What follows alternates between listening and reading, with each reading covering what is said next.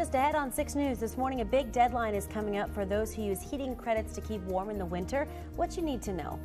Plus, you may need to take a different route today if you drive through East Lansing. We have a construction update for you. And while you were sleeping, a massive earthquake hit Italy. We're learning more every few minutes about the damage that it's done. 6 News is here for you right now. Live from WLNS-TV, this is 6 News This Morning. Live from WLNS-TV, this is 6 News at noon. As generations have done before us and as future generations will continue to do, to deliver a simple message: we are not afraid.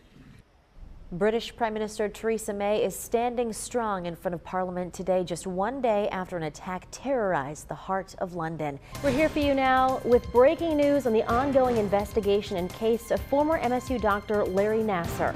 We have just learned Nassar is now facing an additional 36 criminal sexual assault charges from both Eaton and Ingham County. Now, those counts are in both the first and third degree. These newly issued charges bring the total number of charges against Nassar to 39, and those are on top of federal pornography charges and a civil lawsuit involving dozens of women who claim Dr. Nassar sexually assaulted them. Now, he maintains that he is innocent on all the charges and that he performed accepted medical procedures. Attorney General Bill Schuette and the Michigan State University Police Chief will hold a news conference in just a few hours to go over the latest on this ongoing investigation and will likely address the 36 new charges.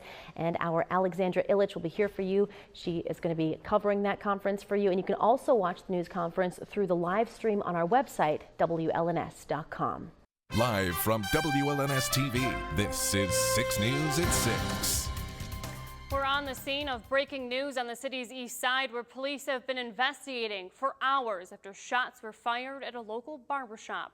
Thanks for joining us tonight. I'm Alexandra Illich. 6 News has been on the scene for more than 3 hours this evening, where there's been a heavy police presence near a local barbershop. And less than 30 minutes ago, we finally learned it is a shooting that's caused Lansing police to have all hands on deck. It happened this afternoon on the 1600 block of East Kalamazoo Street, which is less than a mile away from Sparrow Hospital. That's where we find our Alicia Bergio. She's live on the scene right now.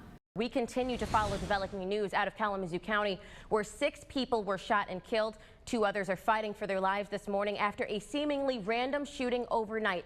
Police say they have 1 man in custody right now in connection with the shooting. Now, we're working closely with our sister station in WWMT in Kalamazoo on this story. We know the shootings happened in 3 separate locations, including a Cracker Barrel and a car dealership. 4 of the victims were shot at the restaurant. The other 2, a father and son, were shot and killed at the car dealership. The manhunt for the shooter lasted several hours. This is your worst nightmare, where you have somebody just driving around randomly killing people.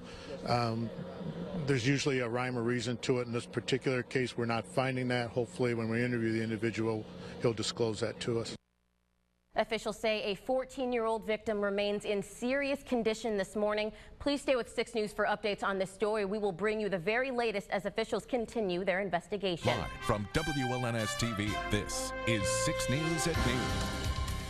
Tears, bullets, blood, and bodies. The scene Lansing police arrived to early this morning at a home on the southeast side. 6 News has been here for you all morning, giving you constant updates, and we have new information on this double murder-suicide. It's our top story at noon. Hi, everybody. Thank you so much for joining us today. I'm Siobhan Klepfer. We were the first to break the news this morning that while you were sleeping, gunshots lit up the inside of a home on Truman Circle, which is about a half-mile away from the University Club of East Lansing. 6 News reporter Chris Walker joining us live from outside of the home right now. Chris, you spent the morning on the scene. What did police say happened? And while I'm here for you at the scene, our Veronica Gabriel, she is live in the newsroom where she spoke with Lansing Police Chief Mike Yankowski, and Veronica has more details. Veronica, what is the latest information? And I'm mad because they took something from me that I'll never ever get back. Anger, outrage, and sadness. Emotions once again spreading across the United States after 2 black men were killed at the hands of police. Many people just want to know why.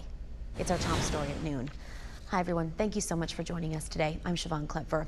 Officer-involved shooting. It's a term we've been hearing and using a lot over the past several years, and today it's a term we're using once again. 2 officer-involved shootings are getting national attention this afternoon, both of them ending with a man dead. These latest incidents add to the more than 500 deadly police encounters this year alone, according to new data from the Washington Post. Whisperings along the grapevine have hinted that Lansing City Council member Judy Brown Clark could be throwing her hat into the mayoral race, and less than 2 hours ago she set the record straight. Thanks, Eric. Still to come on 6 News at 11, looking to shave a few minutes off your weekly trip to the grocery store? When we come back, we show you how to get in and out of the food labyrinth lickety-split.